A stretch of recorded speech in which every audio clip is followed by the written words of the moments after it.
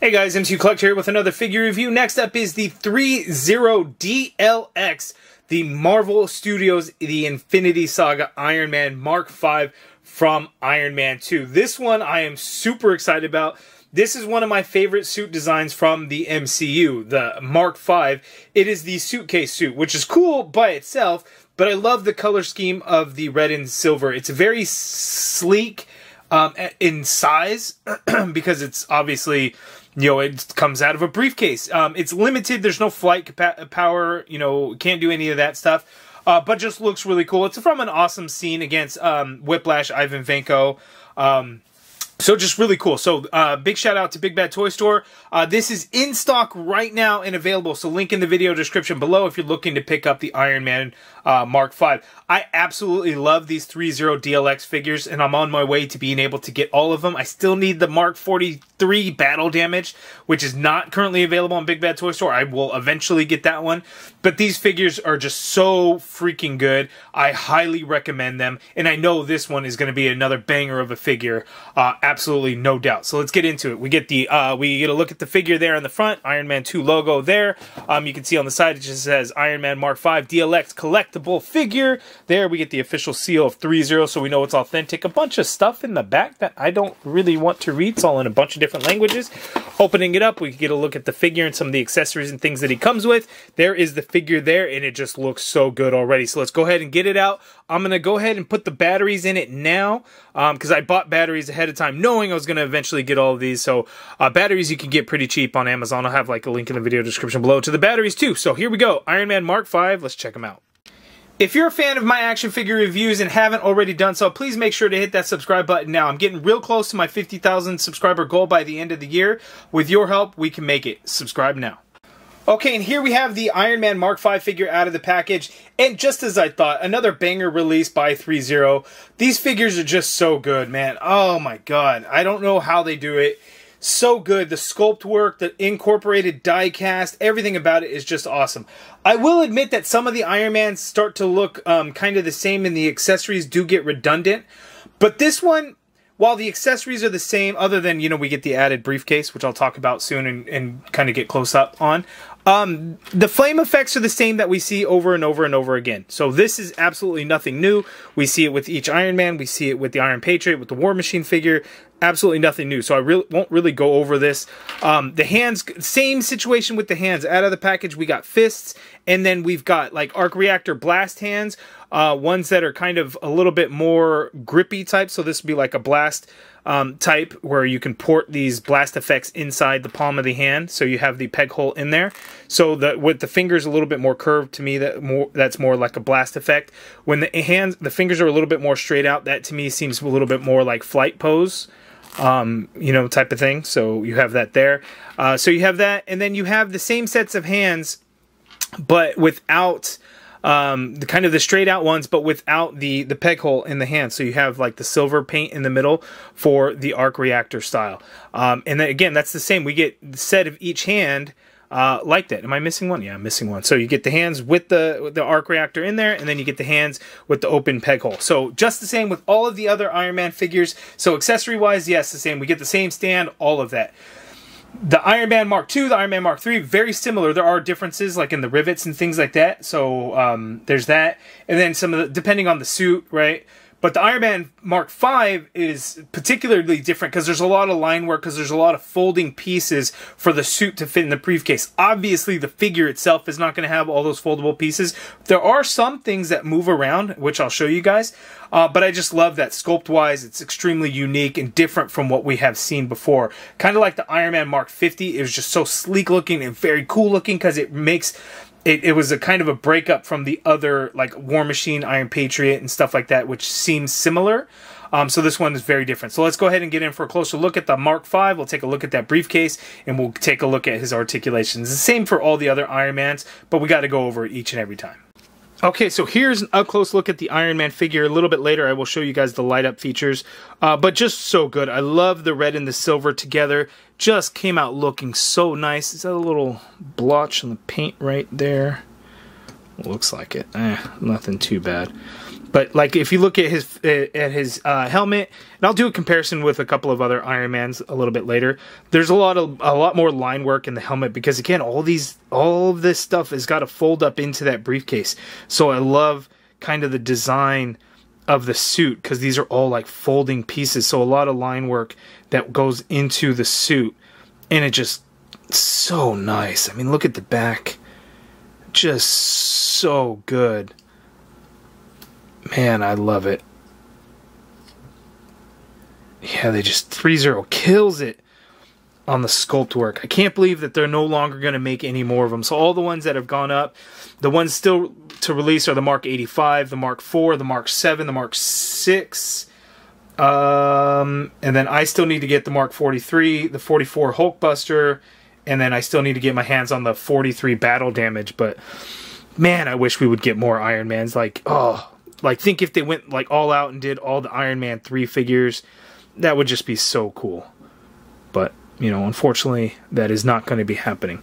Let's move on to the briefcase. One thing that I am disappointed in, if I'm being honest, is this briefcase is plastic and it's hollow. I was kind of secretly hoping it was going to be die-cast, but unfortunately, it is not. It looks great. The paint work is fantastic. We still get this nice deep red and silver just like the figure, but it is plastic. So, you know, not a deal breaker of any kind, but, you know, die-cast would have been nice. But sculpt work and everything like that looks really good. I wish we would get a Marvel Legends in this. We technically have a Hasbro figure. Mine's all dusty. Oof.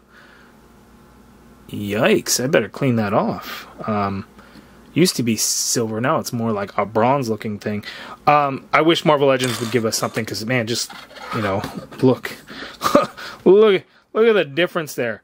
ThreeZero DLX figures tend to be more of a 1/10 scale, even though they've been marketed as a 1/12 scale. They're definitely more of a 7-inch scale, where this thing right here, old movie figure, was actually like a 5-inch scale, so that really throws it off. But yeah, I just incredibly detailed, really well done.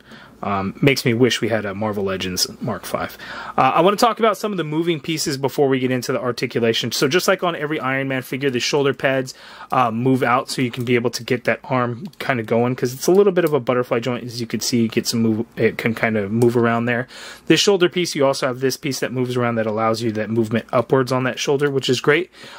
This piece there folds in, so if you can kind of get that arm, you can do a little bit of crossbody, which is great there, and this gets out of the way so you can do that, and it doesn't kind of break anything or scratch up and stuff like that. So that is a nice little cool touch there on the front. Here on the back, I don't know that it really necessarily needs to do this, but it, you know, it does.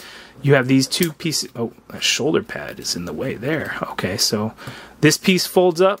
I have to get this shoulder pad out of the way there too. This piece folds up, and then this piece and this piece, those also fold up, which is cool, so you can kind of see the inner workings of what's going on in there.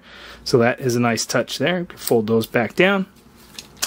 And then the other movable parts are going to be in the legs. So we get drop-down hips on these Iron Man figures, and this one's very stiff, so I had to, you know, put some muscle into it to pull that down. But you can do that down, which is going to allow for the movement.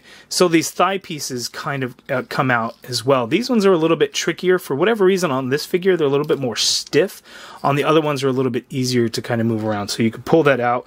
And again, that's what allows for you to be able to kick super far forward. So some good moving parts on this guy. So now let's go ahead, zoom out, and we'll take a look at the full articulation setup. Okay, so Iron Man, the neck and the head are on two separate pieces. That neck will allow you to do all kinds of great pivot and circular motion, which is awesome. The head itself can swivel on that neck joint. To get him to look up, you can't do that much there. Now, this suit does not have any flight capabilities, so you wouldn't get into a flight pose, but even if you wanted to, I guess you kind of could. It doesn't quite go out as much as you would hope, so there's that. He can't look down all the way, which is fantastic. Full rotation in that head sculpt, again, I had mentioned. To get the arm to go out, you want to make sure to get that shoulder pad up, and you want to work that in, and then you can get that shoulder, you can get it to go straight on out like so, which is great. You can do a full rotation in there. Just be careful of the different, you know, pieces. If you're going to be rubbing up against things, you just want to be very, very, very careful of that. You got an upper bicep swivel in there. It is very stiff. but you do get that swivel in there, so heads up on that. Double jointed elbow gives you that much bend there at the elbow, which is good. Wrist swivel, and they're on a ball peg, but in all honesty, you can't get a whole lot of hinge going on with it, so that's why you get like separate hands. Oh, I guess that's the difference there. I didn't notice. I don't know why I didn't know. Oh, so where it is, these ones, as you can see, the back plate on the back of the hand, there, the difference with that one and this one's straight, so you could just have kind of open straight hands there, whereas these other ones are curved, so you can do the blast effect. That's the wrong hand. Let's do this one. So you have that open hand there, so you could do the blast effect. So it has that curved back plate to go on the back of the hand there, whereas these ones, the back plate is straight, so this would just kind of, a relaxed hand as opposed to a fist. So if you put that one on there, it is just the relaxed hand, as you can see there. But for the most part, they're just going to swivel. They're not going to hinge a whole lot. I mean, you'll get a little bit of movement, but, again, not very much. The diaphragm cuts, you could tilt to the left that much there. You could tilt to the right that much there. You do get a swivel at that diaphragm. The diaphragm does pop off, and that's how you put in the batteries for that arc reactor there. So all the Iron Mans actually separate like this, and you can see that's all die cast and metal inside of there, which is great. So put that back together. Make sure I'm down all the way, and then we got our torso articulation, so he can crunch forward that much there. That is amazing when you have a figure that has some die-cast parts and everything in it. And look how it looks on the back on those folds. It just looks so good, like it just pieces together. It's so well done. All the Iron Man figures, they move around like that, and it's just so well done. I love it there. And then he doesn't actually really go, I mean, kind of goes back, but, not really a whole lot. The crazy thing is you might want to be careful with these, hold on. So these pieces, you can pull them off, and then you can just clip them back on easily. That's not a problem. Is that how? No, it's supposed to go like this. So you can get the leg to go like to the side, out to the side, quite a ways there, but you want to be careful. So you want to be able to open up these pieces like I had just shown on the previous clip. Again, this one's just a little bit more difficult than the others. I don't really know why. So total, you can get him to do the splits that much, which is really, really good. Kicking forward is going to be very high up. So that's just there, but when you do the drop down, pull that leg down, you can kick all the way forward, which is great because the Iron Man Mark V, he actually kicks that car, right? In that scene with Ivan Vanko, he ends up having to kick the car. So, you could do that, but it's a matter of, can you get him to balance on the one foot? I would say yes, but that's going to take some work to be able to do, and you're probably going to have to lean him to the right. So the weight is counter shifted. There we go. That is 1 foot there. So, you're doing the kicking of the car. He can do that, which is fantastic. You get a double jointed knee, gives you that much bend at the knee, which is great. So that works out quite well. The feet always have very limited ankle rocker in them. This one seems a little bit more stiff than others as well. So it's very limited, so be careful. It doesn't go down a huge amount, but it does go some. This back plate there on the ankle does move to accommodate, and then coming forward, that plate there does move forward to accommodate as well. And then you do have toe articulation. This one seems to be a little bit less than the others there. So that is the articulation for the Iron Man Mark V, which is really, really good there. Exactly what you would come to expect with the Iron Man DLX figures by ThreeZero. So they really, they're able to incorporate it. No matter what the design of the suit is, they're really able to incorporate it. So even if the design of the suit is different, the functionality of the articulation is going to be the same. So you know exactly what to expect. Okay, and so just so you guys could see it there, I put the hands on there to where, you have the arc reactor blasts out of the hands. And there we go. So you could do it on the feet since he does have peg holes, but it's not really accurate to the movie because again, this suit does not have flight capabilities. So you can port these on in the bottom of the feet and to kind of do your thrusters there, but I don't really recommend doing that because again, not screen accurate. Okay, so I want to show the light up feature for you guys here. It's a little difficult to kind of do it. So like the more lights I turn off and stuff, the kind of more difficult it will be to kind of see. But the arc reactor here looks very nice. And then you have that push button feature, which is always really cool to be able to turn it on and off. The lights in the head aren't as bright, which is kind of weird. It doesn't come off as well on camera, but they definitely are not as bright, which is a little unfortunate. But you can see that, you know, that they are on, as you can see there, because they're still lit up. So it looks really cool when we do it. I love the fact that we can do that, and I love the fact that you could just turn on the arc reactor just by pushing right on it and be able to turn it off and on there. So unfortunately not real bright in the helmet, but still lights up and still is pretty cool because, you know, if they weren't on there, it would look even worse. So actually, let's see if we can do that. So to pop that off, we just pop off the top piece there. There's a button in there, and the button is very hard to reach. Like I can't, it's positioned very oddly. So if I'll just get one of these and kind of do it. So those are the lights on. And there they are off. As you can see, you can hardly even see them on there. So that's when they're off and then on. There, so lights up a little bit. Not as much as I would like, but still is pretty cool.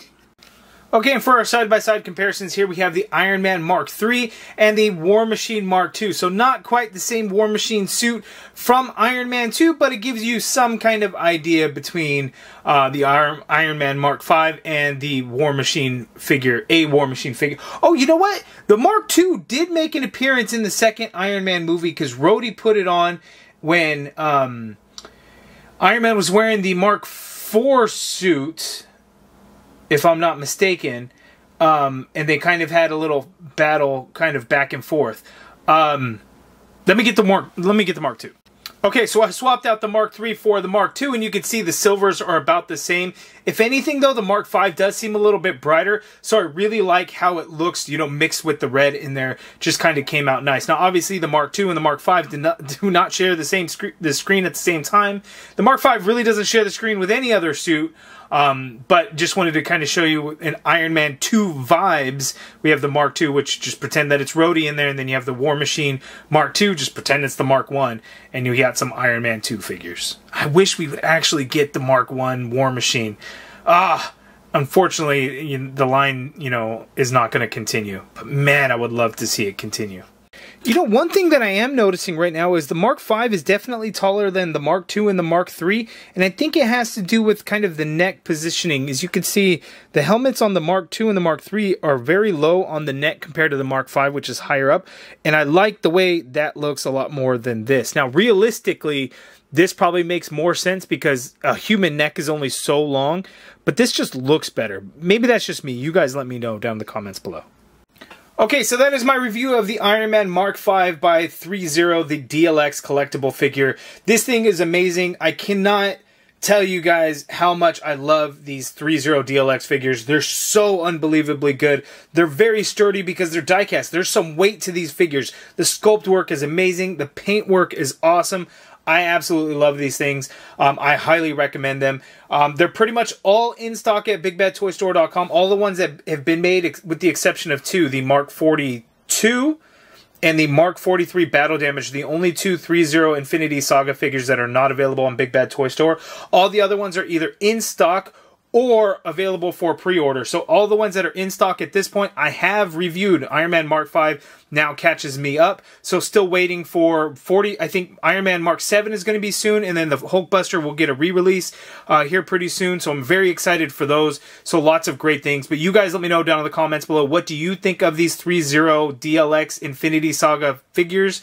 I think they're amazing. I absolutely love them. Iron Spider was awesome. Black Panther was awesome. War Machine, Iron Patriot, all the Iron Mans, fantastic figures. Links in the video description below. Let me know what you guys think. If you guys like this video, please do me a favor. Hit that thumbs up button. Subscribe if you haven't already done so. Help me reach 50,000 subscribers by the end of the year. We're almost there. And as always, thank you for watching.